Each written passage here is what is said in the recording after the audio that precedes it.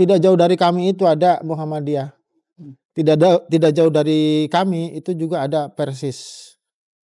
Ada Salafi juga. Terus kemudian juga dekat sekali dengan kami itu ada salah satu tarekat yang perbedaannya dengan kami itu, kami puasa di hari, kita puasa di hari Sabtu kan ya, awal puasa. Iya.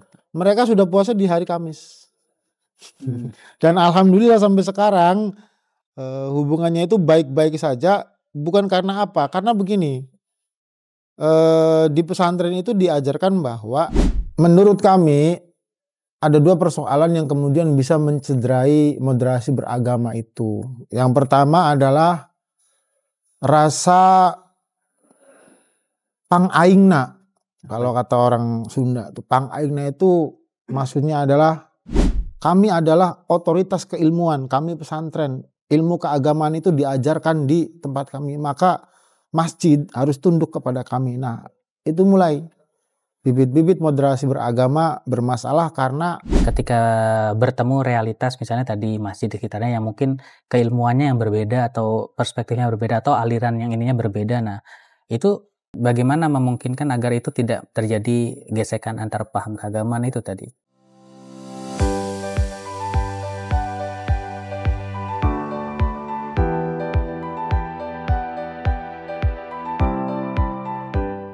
Assalamualaikum warahmatullahi wabarakatuh. Kembali lagi di podcast Bahis, serial podcast di YouTube Bincang Syariah yang membahas masalah-masalah keislaman dengan menghadirkan para pakar di bidangnya. Saat ini saya sudah bersama dengan Dr. Ibnu Sahroji, pengasuh pesantren Al-Istiqomah Subang, Jawa Barat.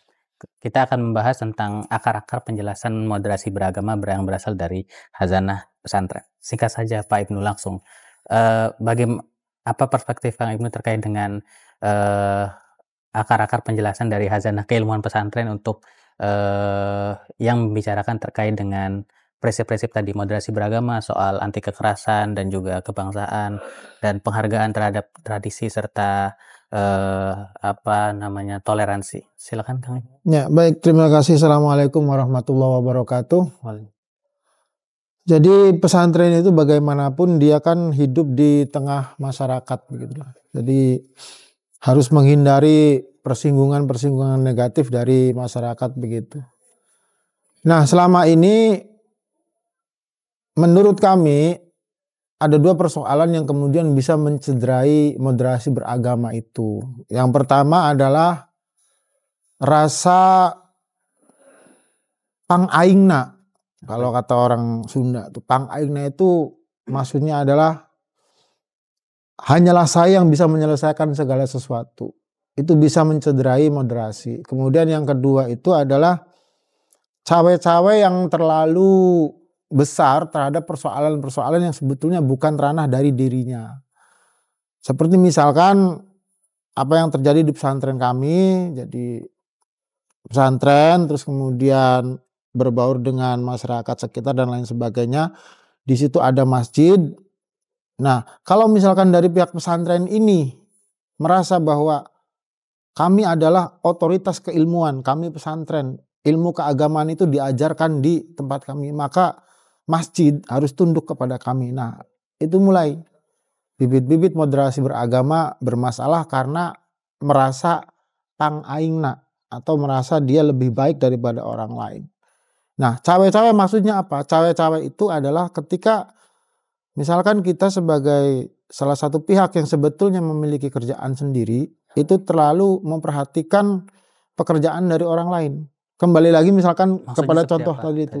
Ya, misalkan saya mengurus pesantren. Ya, di masyarakat ada ketua DKM yang juga mengurus masjid, begitu.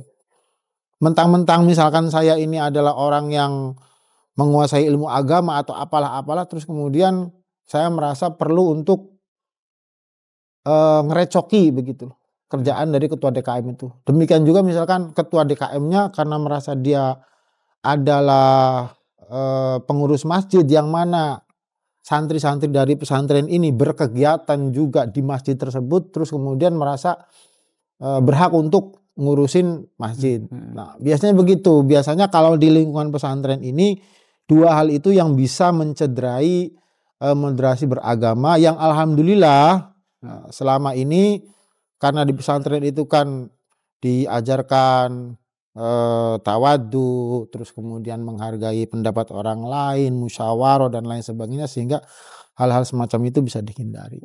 Kalau potensi misalnya perbedaan mazhab tadi, misalnya maksud saya mungkin secara praktis misalnya pesantren mengajarkan misalnya pesantren sudah memiliki tentu kan punya kurikulum ya sejumlah kitab bahwa misalnya standar keagamaan berfikih atau tauhid dan seterusnya seperti itu. Nah, kemudian ketika bertemu realitas misalnya tadi masjid di sekitarnya yang mungkin keilmuannya yang berbeda atau perspektifnya berbeda atau aliran yang ininya berbeda. Nah, itu bagaimana memungkinkan agar itu tidak terjadi gesekan antar paham keagamaan itu tadi? Baik. Iya, jadi saya akan berbicara di lapangan saja ya. Di lapangan itu kami komunitas Nahdiyin begitu. Tidak jauh dari kami itu ada Muhammadiyah. Tidak jauh dari kami itu juga ada Persis. Ada Salafi juga. Terus kemudian juga dekat sekali dengan kami itu ada salah satu tarekat yang perbedaannya dengan kami itu, kami puasa di hari, kita puasa di hari Sabtu kan ya, awal puasa. Iya. Mereka sudah puasa di hari Kamis. Dan alhamdulillah sampai sekarang hubungannya itu baik-baik saja. Bukan karena apa? Karena begini, di pesantren itu diajarkan bahwa apa yang kita yakini itu benar, ya. Tapi bukan berarti yang lain itu salah. Seperti misalkan begini. Kami belajar dari apa yang pernah diucapkan oleh Imam Syafi'i. Jadi bahwa pendapat kami ini benar, mungkin salah. Pendapat Anda itu salah, tapi memiliki kemungkinan untuk benar. Nah, oleh karena itu dalam persoalan akidah ya kami saling menghormati begitu dengan keyakinan masing-masing. Tetapi dalam persoalan sosial ya kami sering mengadakan pertemuan, silaturahim apa dan lain sebagainya, sehingga moderasi itu bisa tetap dipertahankan di lingkungan kami. Kalau dari penjelasan Kang Ibnu tadi malah justru Khazanah pesantren itu punya khazanah yang sangat kuat, atau leader literatur pesantren itu punya khazanah yang sangat kuat untuk memperkuat moderasi beragama. Nah, menurut Kang Ibnu